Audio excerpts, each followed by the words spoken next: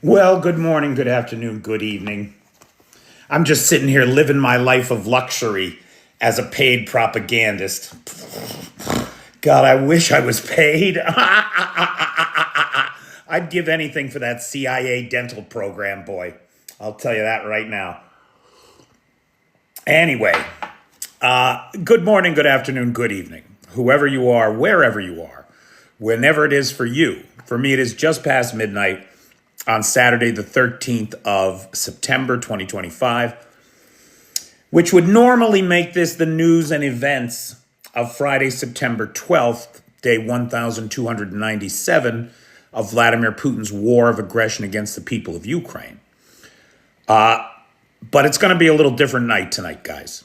I have some things in light of the attack on Poland, or the provocation in Poland. I think we have some things to talk about. And I think that we are on the precipice of a fundamental shift in the momentum of this conflict. And so tonight I'm going to talk about that. It's not just going to be a laundry list of burning oil refineries and advances on the front line, though those are real things that are happening. Hey, Derek Sands, I just sent you a message. Hey, Mike Kelly. Hey, Debbie. Hey, Akron. Hey, Roy Daniels. You ready to moderate tonight, pal? Shut down those Russian trolls. Hey, Raven. Hey, Anthony Tommy Tom. Hey, Carl Nicola. Seawolf, good evening. Hey, Bob B. How you doing, buddy? I put your name on a couple videos this week. I don't know if you saw them. Hey, Avi. Henry. Chef Deb, good evening. Pugga Mahone. Dave. How's everybody doing? Hey, Tina. Hey, Sarge. Russell Kennedy is here. Sandra Scholl, good evening. Hey, Sarah. Hey, Richard Prexis. I forgot to look up who our sponsor is tonight. I'm sorry. It's so nice to have sponsors out a few days. You know, it really is. Hey, Rob Walker. I'm plugging along, pal. We had a nice live today on the walk down to the grocery store.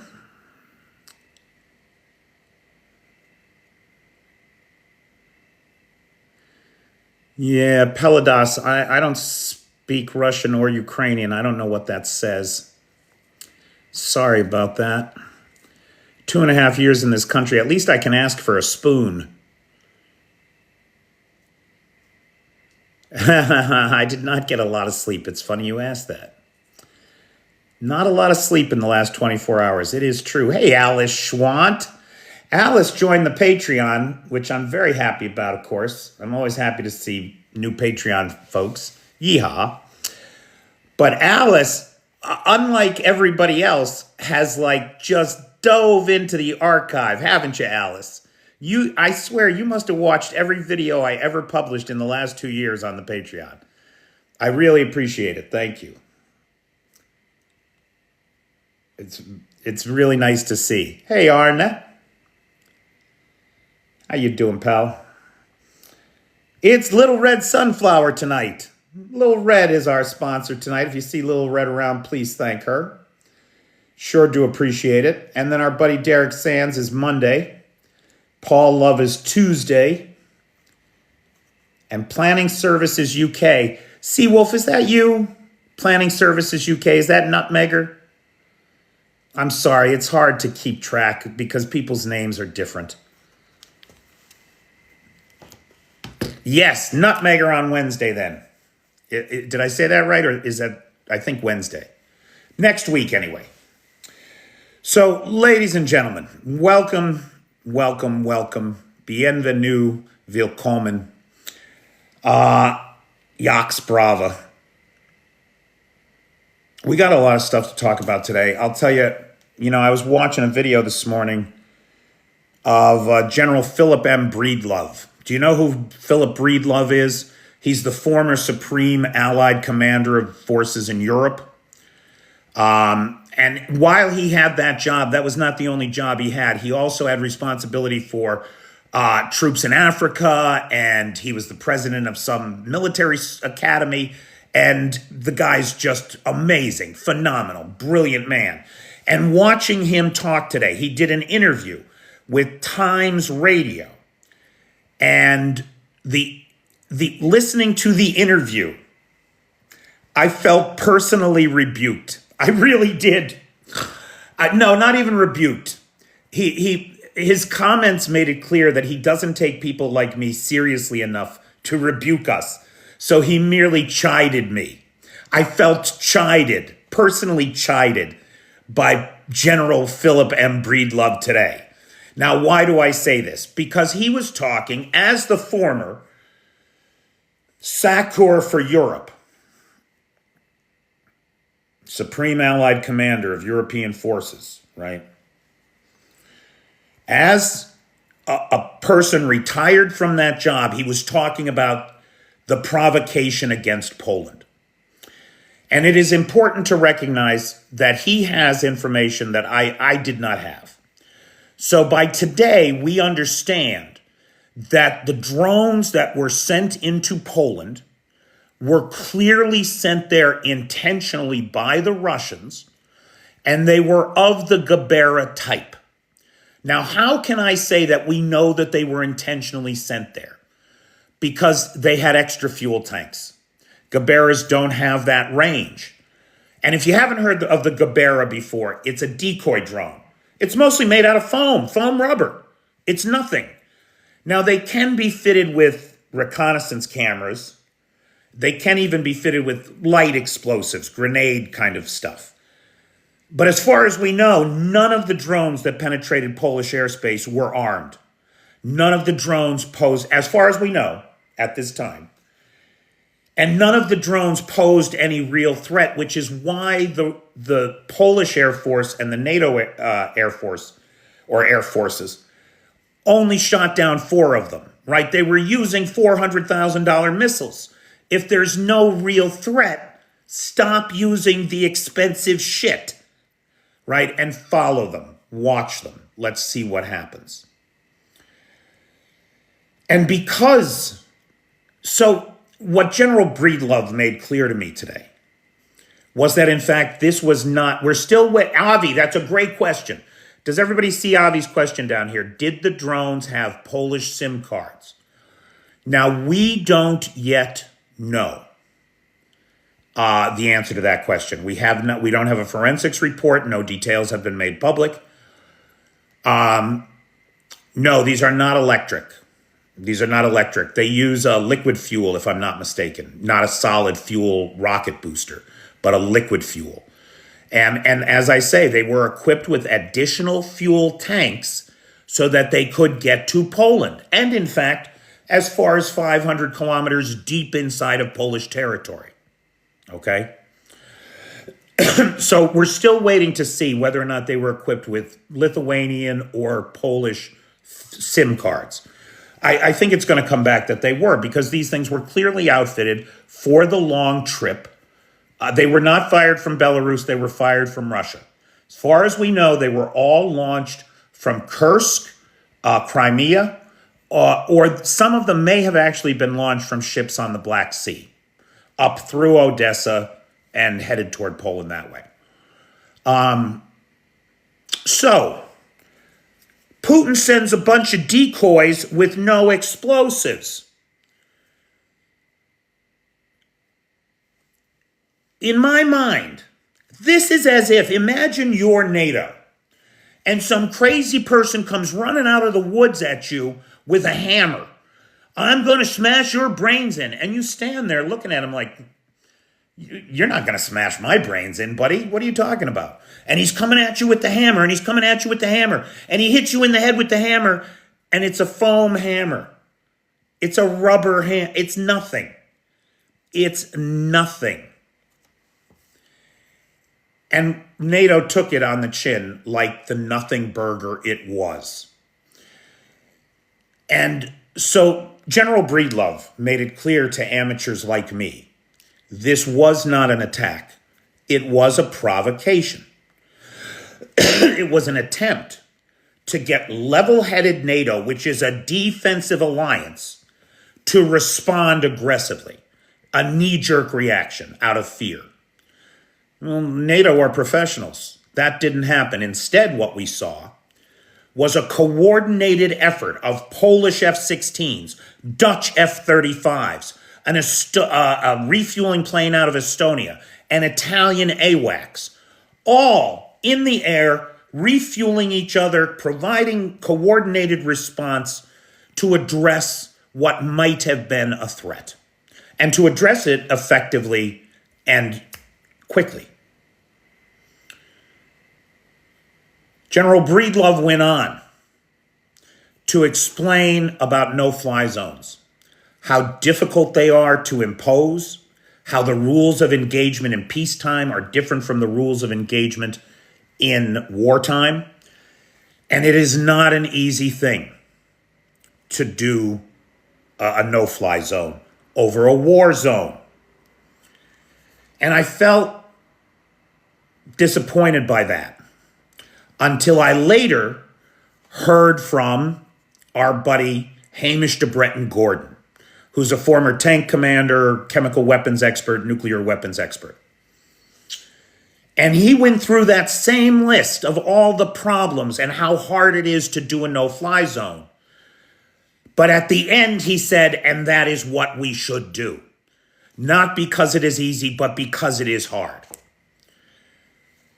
We also heard today from Mark Rutte, the Secretary General of NATO, and the current Supreme Allied Commander of Allied forces in Europe, who told us some things about these drones, that there were at least 23 drones, that they landed as far as 500 kilometers inside of Poland, that the response that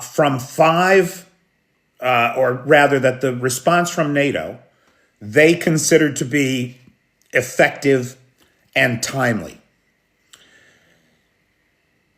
They told us that these were Gabera decoy drones, mostly made of foam with extra fuel tanks attached. We still don't have any word on the SIM cards. They pointed out that Poland is now the 5th country to suffer drones coming into its airspace and landing on its territory, pointing out that previously Romania, Lithuania, Latvia, and Estonia have all suffered these violations of their airspace, and that it was dangerous and unacceptable, whether intentional or accidental, for this to continue. And so they have announced a new military campaign called Eastern Sentry. Eastern Sentry will provide 24/7 reconnaissance and early warning detection of aerial threats along NATO's eastern flank. Now, when we say along NATO's eastern flank, we are not just talking about Poland. We are talking about Poland, Hungary, Romania, Estonia, Latvia, Lithuania, Sweden, and Finland. The entire NATO eastern flank, north to south, will participate in Operation Eastern Sentry. Multiple assets from all NATO members will be incorporated. Germany is sending extra fighters and air defense units. Now, this is one of the things that Zelensky warned us about.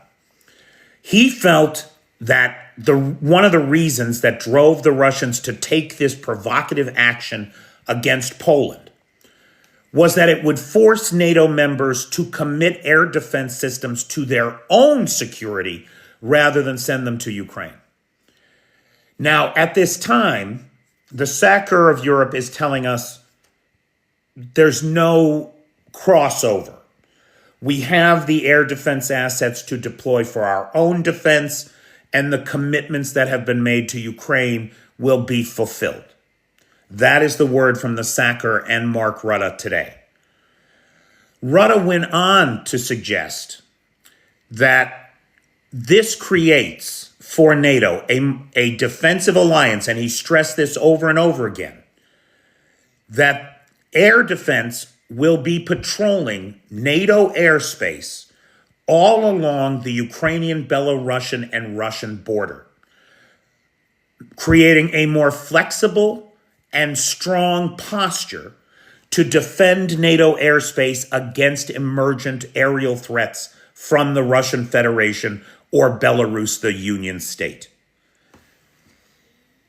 Both men seem quite convinced that Operation Eastern Sentry will secure NATO's eastern flank against aerial threats from Russia, and improve their, and for the alliance, the NATO defensive alliance, it will improve our ability to defend themselves, said Mark Rutte. Now, when we think about this, I have a hard time not calling it an attack. I know I was chided by General Breedlove for using that word. But just because an attack is a feint doesn't mean it's not an attack. A feint is a piece of an attack, as I understand these things, but I am not the military expert, that's for sure. It feels like an attack to me as an amateur. I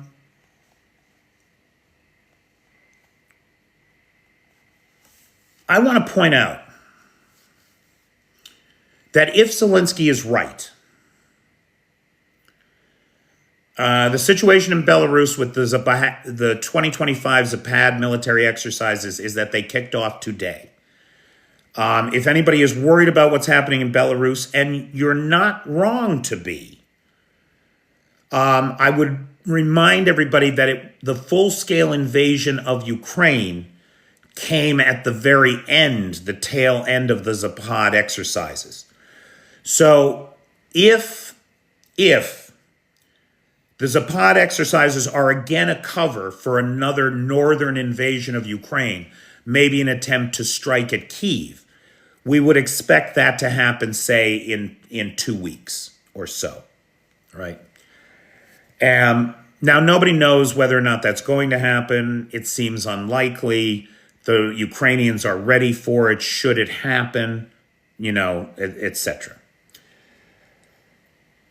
What I want to talk about is Putin's lack of understanding and why he has this lack of understanding, right?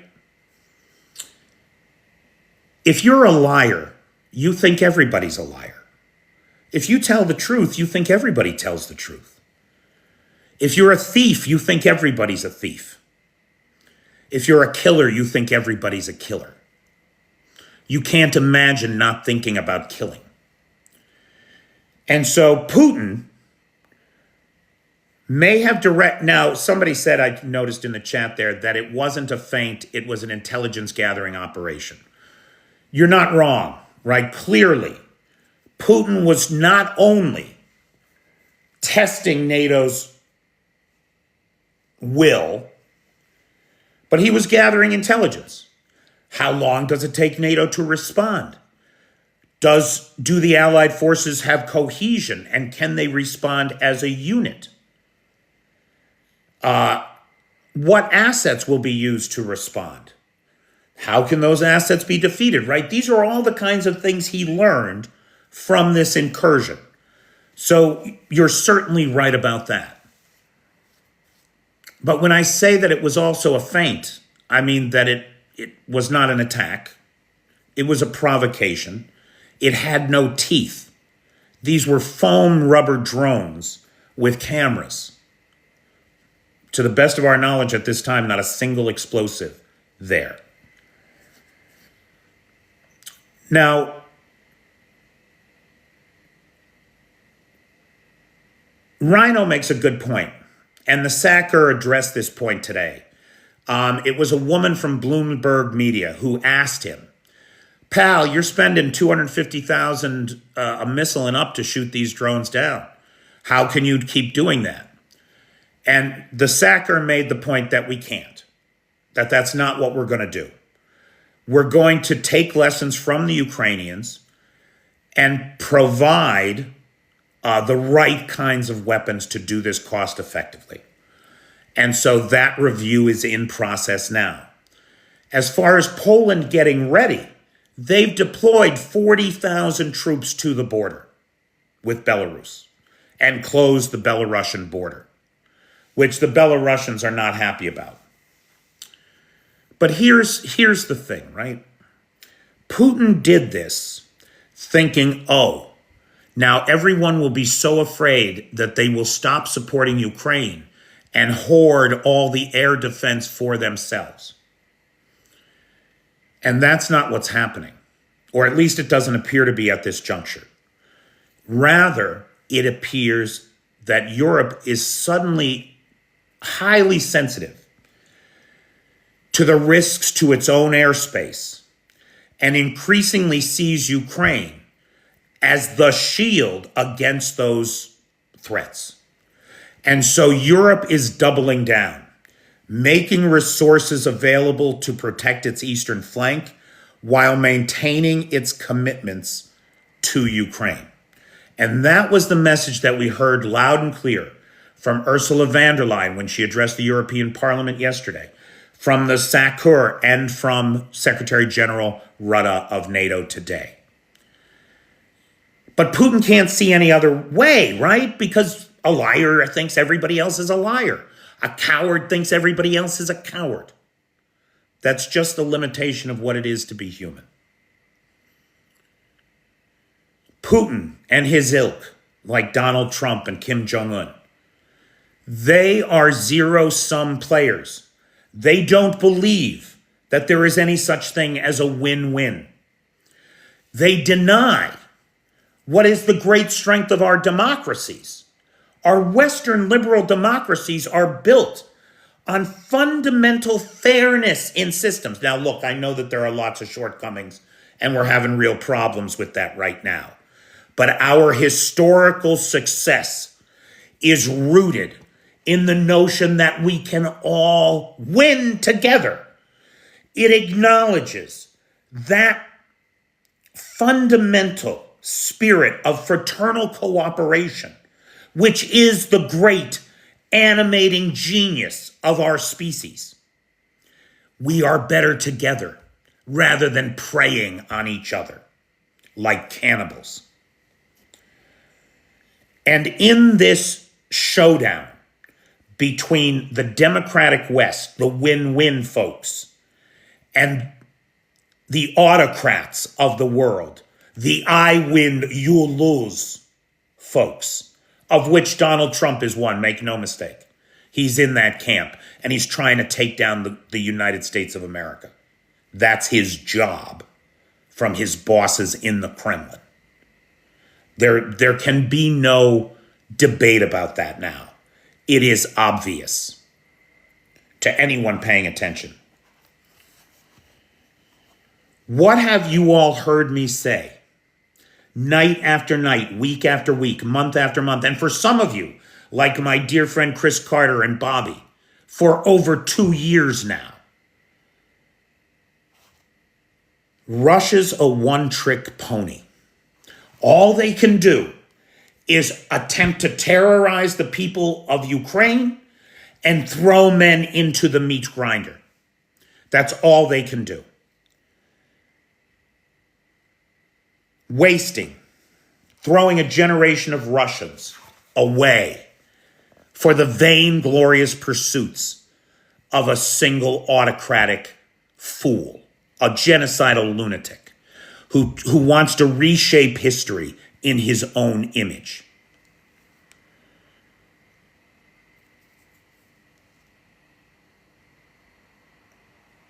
While the army lies about its advances, the Russian army has taken 26 months to take 1% of Ukraine.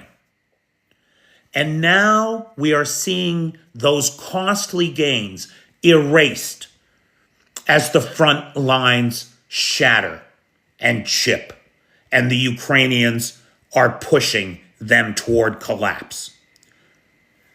On the other side of the coin, while Ukraine has consistently focused on degrading Russia's ability to prosecute its genocidal, imperialistic war of aggression against the people of Ukraine. We have seen consistent precision strikes against the mass of Russia's might in the form of decapitation strikes against the top-down, centralized Russian army, throwing the front lines into chaos over and over and over again, deadlocking the front line. We've seen the Ukrainians target air defense assets first at the front line, then across the temporarily occupied territories, and especially Crimea, and now inside Russia itself, and at each step, blinding the Russian Federation forces, making the next round of strikes increasingly successful. We've seen artillery, tanks, and APCs destroyed en masse.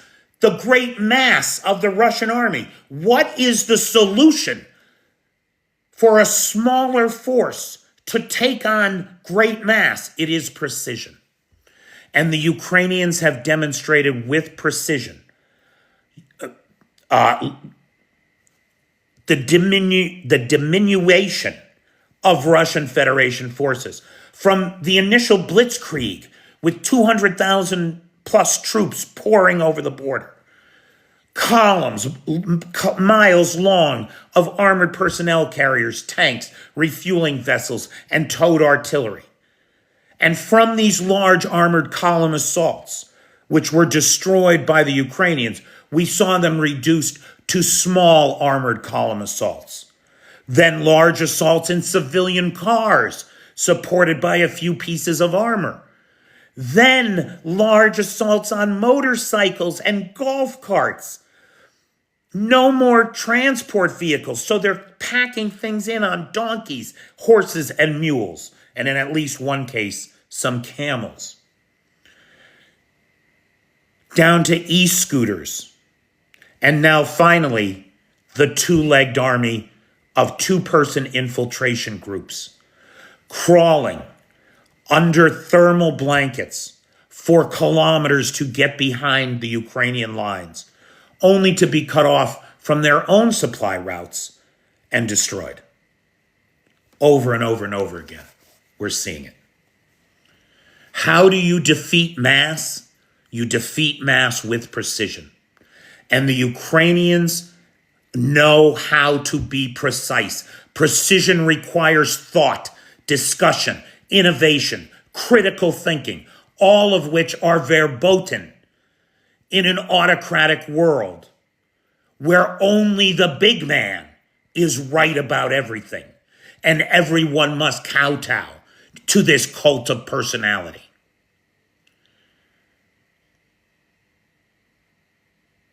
So when Ukraine began its campaign of deep strikes inside Russia, what did we see them hit at first?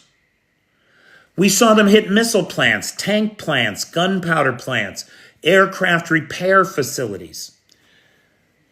And all of that was great. I'm not saying it wasn't, but it had limited success in slowing down the Russian war machine. Okay, say the Ukrainians, let's reassess. How about the chemical manufacturing, mines, and bases that provide, industrial base that provide the raw materials, the necessary chemical components for the war machine?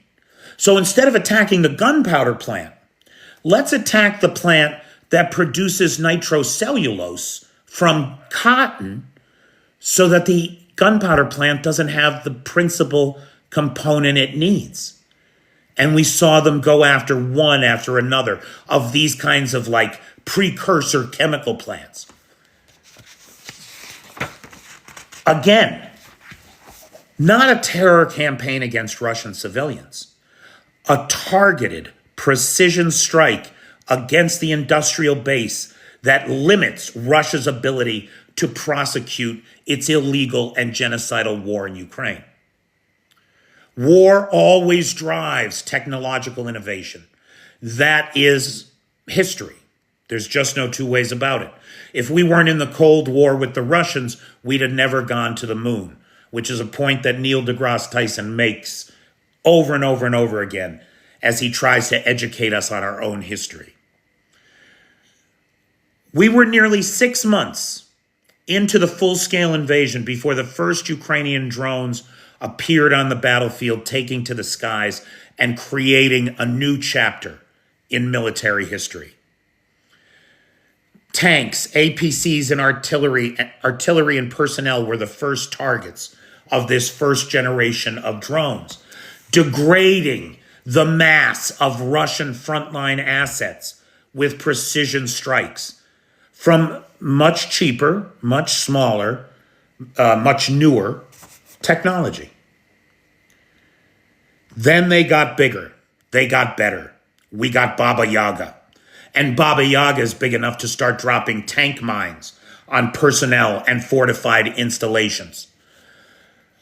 We saw the evolution of mother drones and swarms. We saw unmanned surface vessels evolve from being just one-way bombs to being drone platforms that could, from the sea, launch aerial drones that could then fly inland and attack the radars of S-400 systems, blinding the Russians all up and down the west coast of Crimea. I have to say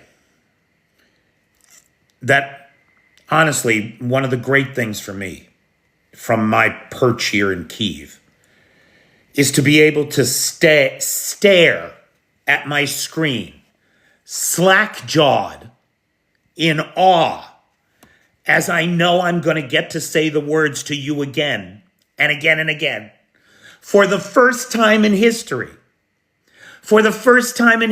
drones took out a Russian position and captured troops. For the first time in history, drones used anti-aircraft missiles to shoot down $100 million worth of Russian jets. For the first time in history, and there will be more of those, because we are coming to a new phase of this war. There's just no doubt in my mind that that is the case. As Ukraine has innovated, working with partners, building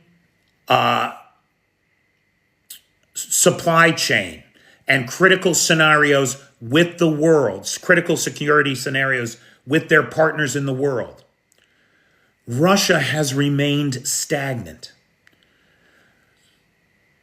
Too late, innovators in Russia, like the Rubicon Drone Regiment, have appeared with their cheap, reverse-engineered copies of Ukrainian innovation.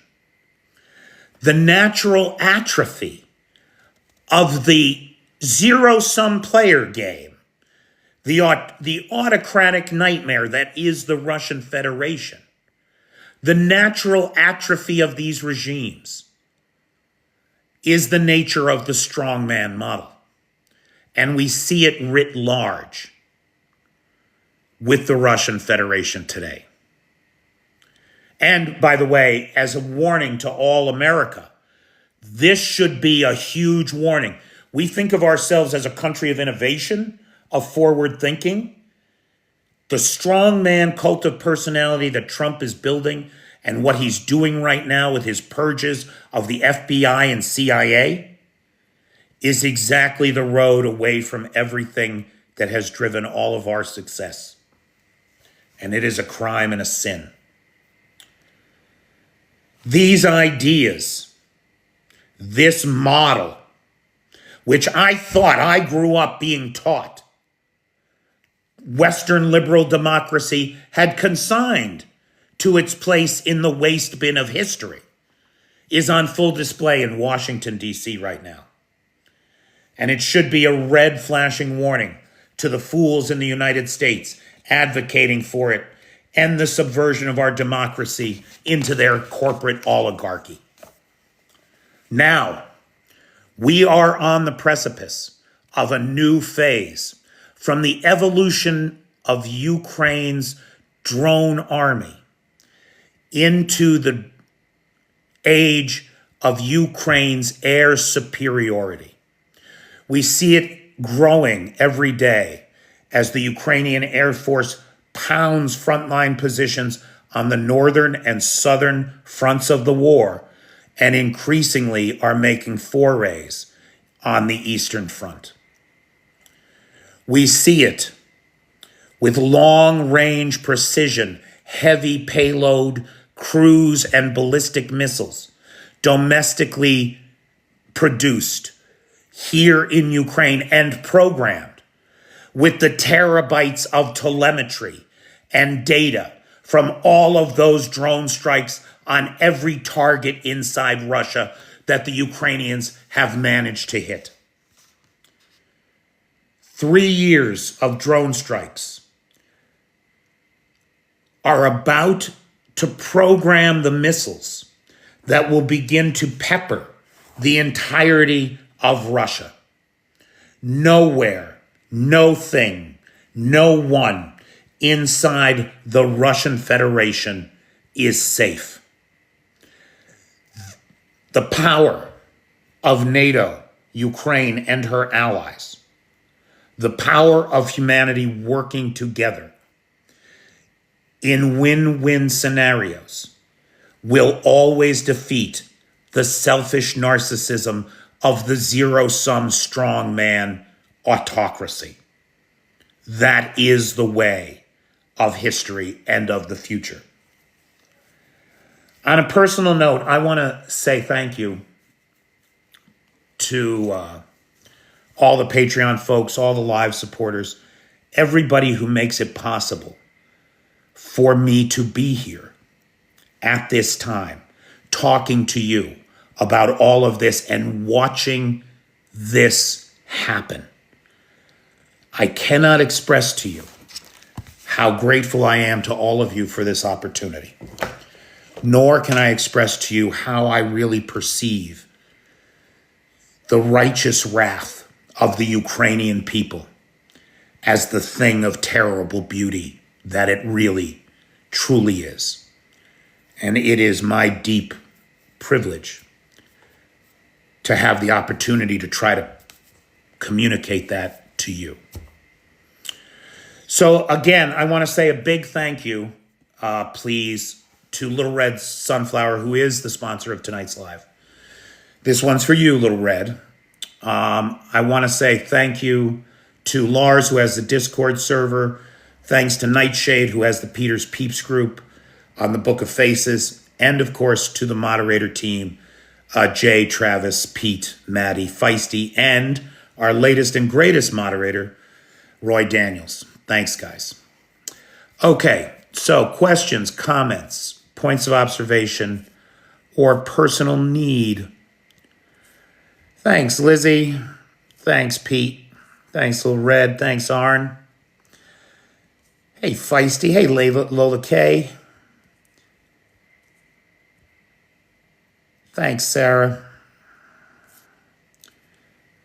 Thanks, Chrissy Locks. Thank you, Daryl Roberts. Thank you, Martin. Thank you, Bamba.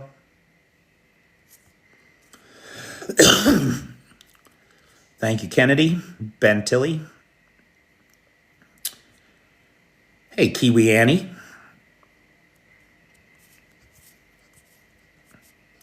Best mods ever. I'm glad the USA and us others in the world hear the truth from you. Well, thanks, Scully. I do try.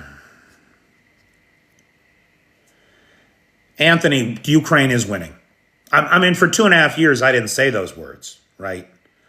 I used to say, what did I used to say? I used to say Russia and Ukraine are both losing.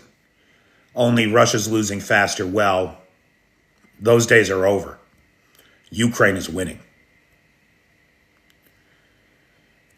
No trolls tonight? Well, we had some mods in, Arn. I bet they took care of them. That's my guess.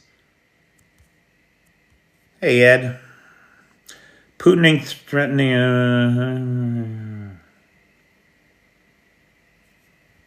Putin, Russia can't afford to do anything. I mean, it's a joke. It's a joke. I hope so, Tommy. I could use some sleep. Thanks, Flip. You make it fun. You and the wife and your beautiful family. Let's see. Does Ukraine have any leopards? Yes, and I call them leopards because the Germans who make them call them leopards. And the Germans make fun of you if you call them leopards. And the Americans make fun of you if you call them leopards. So I'm calling them leopards because I don't give a fuck if Americans make fun of me. I don't know how many Ukraine has. I don't know the answer to that. Is anybody around? Is Nightshade around? Maybe Nightshade, you could Google that. No, that's a weird thing, Marius. I don't know why more North Korean soldiers haven't shown up. Maybe Kim wasn't happy that so many of them died. I don't think that's it, though. That doesn't seem likely.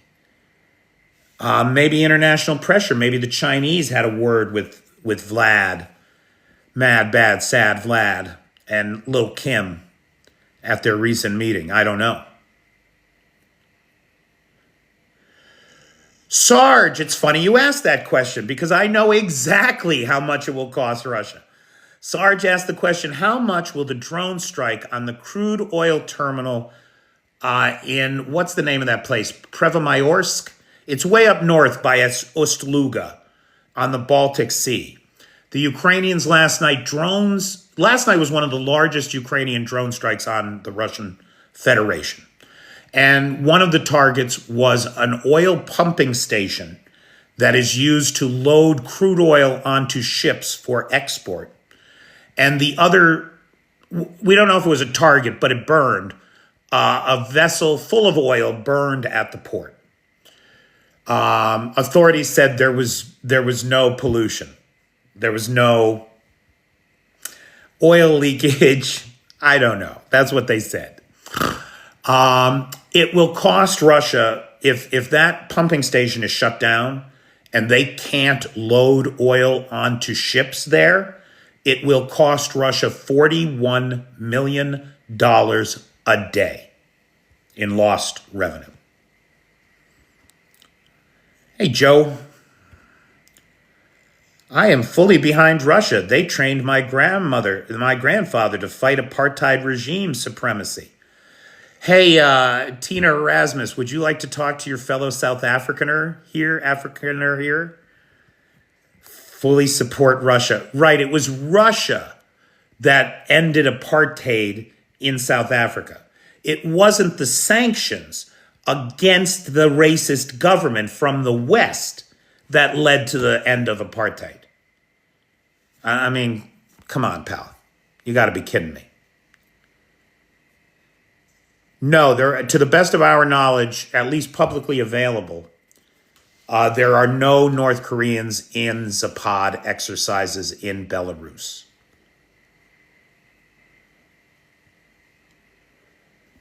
There goes Russian lies again. The Inquisitor is just like, wow, whoa, wow, you're not just drinking the Kool-Aid, man. You're mixing it. The numbers are great, aren't they, Chef Deb? Tight line. Good night. You have a good night, pal.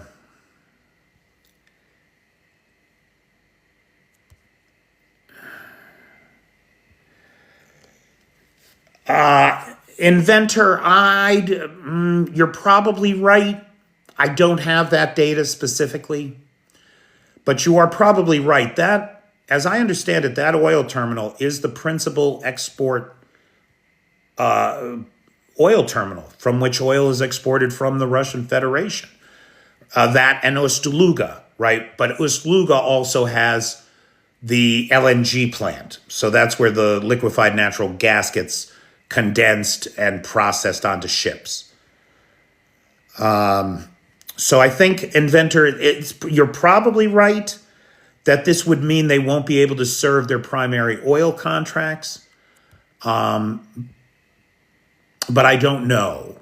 It's possible that oil could be rerouted to Ust-Luga, although there is an upper limit of capacity there. So we'll have to wait until there's more good data available. Yeah, I'm completely in favor, Marius, of Ukraine hitting, just destroying the Russian energy sector. I mean, really, Russia destroyed almost every thermal power plant in Ukraine during the winter in an effort solely to freeze Ukrainian grandmothers to death in their beds at night. I mean, enough is enough. Wreck it all. 3.5 years. Oh yeah, there's lots of Finnish flags at the Monument for at Heroes Alley. Yeah, there's lots of Finnish flags. Russia lost CA 30% of their oil capacities due to Ukrainian attacks. Pingu, I believe that is just about right for domestic production, yes. I hope you have a long night without wings and that you get to rest. Thanks, Jan. I could use a little rest. You're not wrong.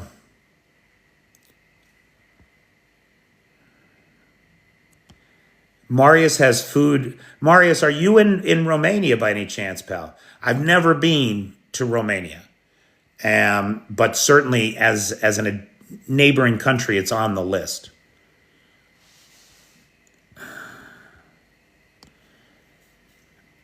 Bamba Squeezer, what are you saying about the governor's house in Moscow? I don't know what that's about. Hi, Kylie Ann. Prince Harry is in Kyiv today, or was in Kyiv today. Oh God, why can't I remember the name of that charity? Oh, it's like the American Wounded Warrior Project. It's a prosthetics superhero. Oh, that's embarrassing. I'm so sorry, but he was here with them today. Does anybody know? Oh, you're in Ireland. Nice.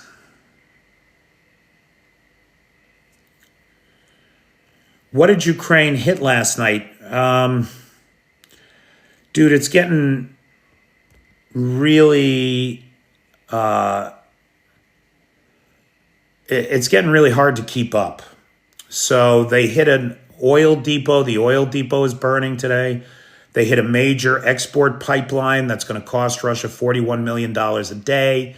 They burned an oil tanker in the port of, what's it called? Kramatorsk, way up north of Ust-Luga. They hit some underground ammo depots in Crimea.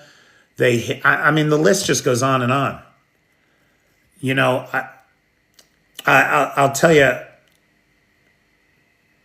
I feel like after 2.5 years of doing this, I feel like my perspective on the war is changing.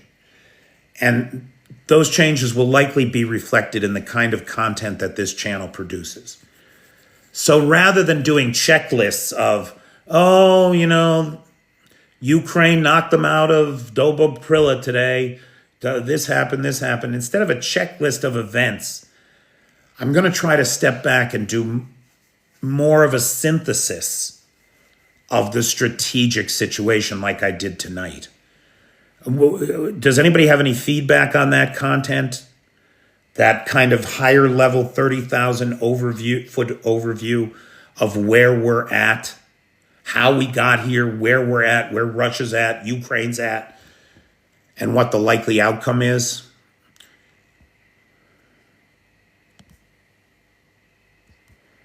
Maddie, this just keeps coming up. Goodbye forever on TikTok from USA. That seems unlikely. But we'll see. Who knows? We could wake up on Monday and I'll be gone, banned, because all my videos violate the new community guidelines. If that happens, you will find me on Patreon. And I encourage you to come find me on Patreon now because it could happen any day.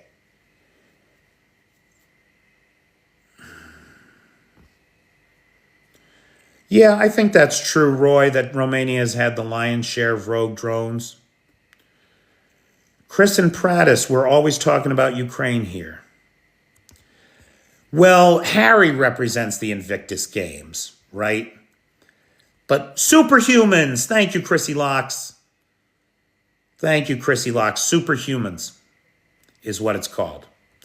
So the charity here in Ukraine that fits prosthetic limbs for wounded soldiers is Superhumans. The Invictus Games is like, how do we call these? Like a Paralympics kind of sport. And,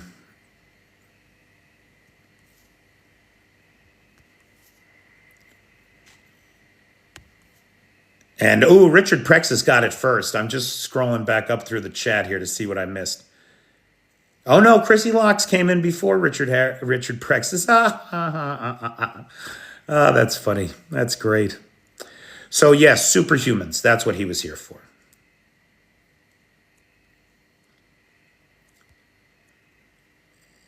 It would seem reasonable for Ukraine to drop at least one drone on the Kremlin. It would seem perfectly reasonable to me that they take every flamingo they have in stock and drop them all on the Kremlin. How will the Russian psyche explain that? I mean, it must be so exhausting trying to be Russian and hold in your head the cognitive dissonances that you must hold. To be told every day for 3 years, Russia fight all NATO. NATO pilots shot down. NATO officers captured. Russia fight 32 countries at once. You're being told this every day. And then the headline in Kommersant yesterday is NATO and Russia closer than ever to direct conflict. Wait, I thought we were at war with them for the last 3 years. What is this? What? Like, how do you... It's crazy. Anonymous, nobody knows what the Ukrainian death toll is. With civilian deaths, yes, almost certainly. Almost certainly it's higher than that with civilian deaths. But I think the official number for soldiers is like 70,000. We just aren't getting this reported in the UK mainstream. No, because it's not news. Things haven't really changed, or they have changed so slowly over time that the Western press does not have the attention span. But since this is all that I talk about, I have the attention span. The Ukrainian hammer is hitting harder and faster, and Russian Federation got a headache. You ain't kicking. Oh, little plum booze, huh? Well, I like a plum wine, that's for sure. I'd give it a try. Thank you, Matthew Wilkins. Thanks for tuning in. Hey, Clay Fry, how you doing, pal?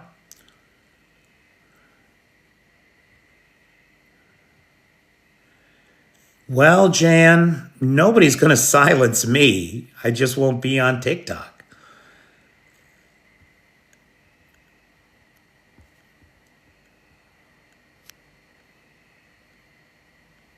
Thanks, Derek.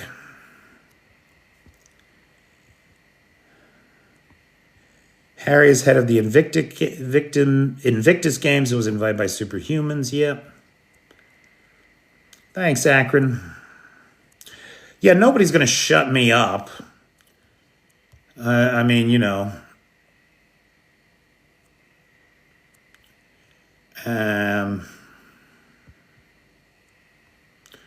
You're sounding Russia? That's a weird thing, Mike Kelly. Explain that, please.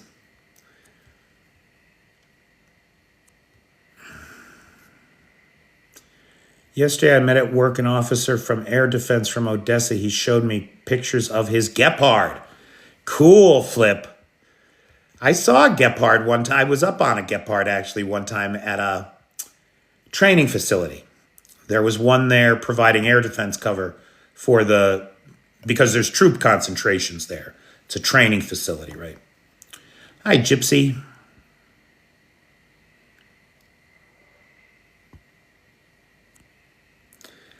Boy, I don't understand that at all. AI jewelry reports on Ukraine. What? Russia shot the drones into Poland. There is simply no doubt about that. Oh, because of the computer. I don't use the computer for this. That's all right. Don't worry about it. Russia shot the drones into Poland. Where can we find you after TikTok? After TikTok. So look, I'm on Blue Sky, Threads, Twitter, Instagram, and YouTube, Facebook. I'm on all of them. TikTok is where I've had the most success, though. If TikTok were to ban me or go away, I would just put all my effort into the YouTube channel, probably. I like an apricot brandy.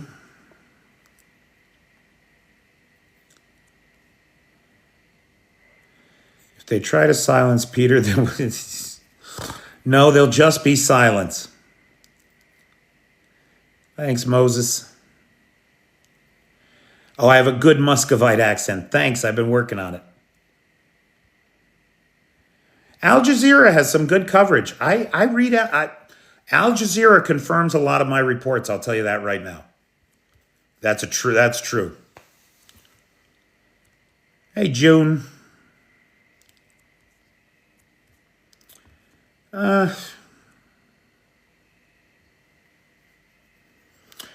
a great question, Sarge. I don't know what I would do about that.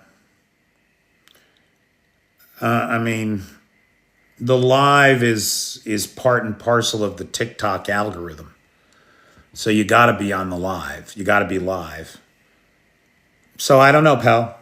I mean, I don't really think it's going to happen. I don't think anything's going to happen. If it does happen, well, you know, if you just follow me one other place, I don't have a Substack. Although I did just discover that Carrie Oderman, Dr. K from Aristocracy, has just started a Substack, and I subscribed to that today. So I would suggest that too.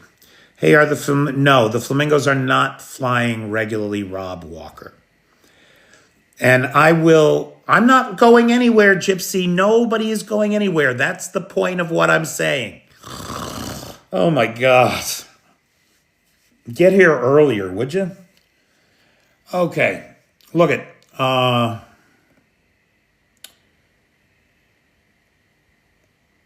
flamingos. Rob, we should talk about this.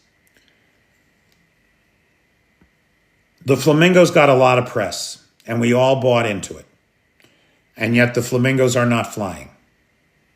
Why? Well, there's two things it might be. Or it could be a combination of the two things. We don't know. The cynical story is that Firepoint, the Ukrainian company that makes the flamingo, is currently under investigation for war profiteering. And they needed a political win in the press. So they put out all this great press about their missile. They used it in combat a couple times, got the Ukrainian armed forces to use it in combat at least twice successfully, so they'd have the good press to try to divert attention away from the investigation into their war profiteering. Now, that is very disturbing to me.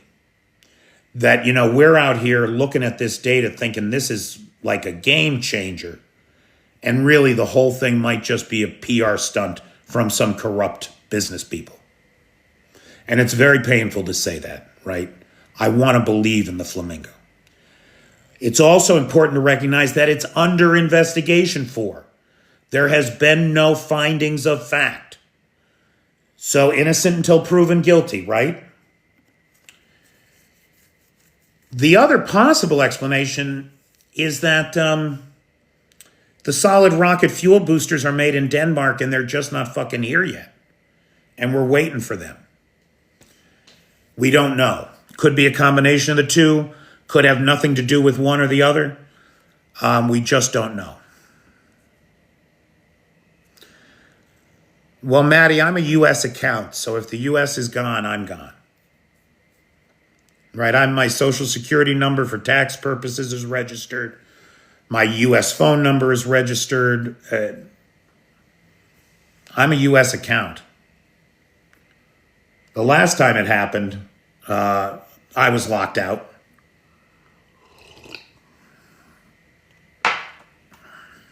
Hey, Krager. How you doing, pal? Hey, Mike Kelly. Well, Roy, it's hard to say whether or not they're hoarding flamingos, right? When they did the press releases, they were very careful to show us 2 flamingos marked numbers 178 and 179. So you were being led to believe that there's at least 179 of them from the serial production. One Ukrainian propaganda channel I listened to said that they already had 400. But if that is the case, then why are we not seeing them deployed? And I just don't know. Maybe what's happening is the Ukrainians are systematically dismantling air defense and radars so that when they launch the flamingos, they have a higher likelihood of success. They have fewer obstacles in the way.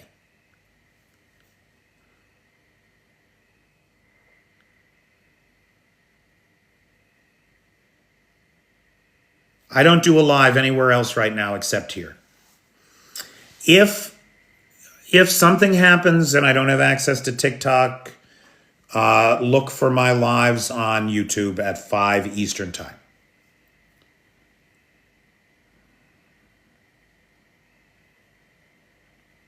Okay, guys, it's 1:07. So I'm going to call it a night.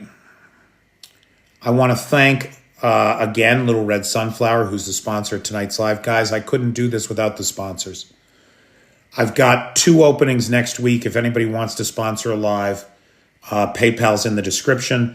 Or if anybody wants to send sponsorship money for the Sofia trip, which is a week away now. We're just a week away from Sofia. And while the bus and hotel and plane are all paid for, the rent will be due as soon as I get back, and I need living expenses during the travel. So if anybody can help with any of that, the PayPal is in the description. It's much appreciated. Good night, Carol. Good night, Arna.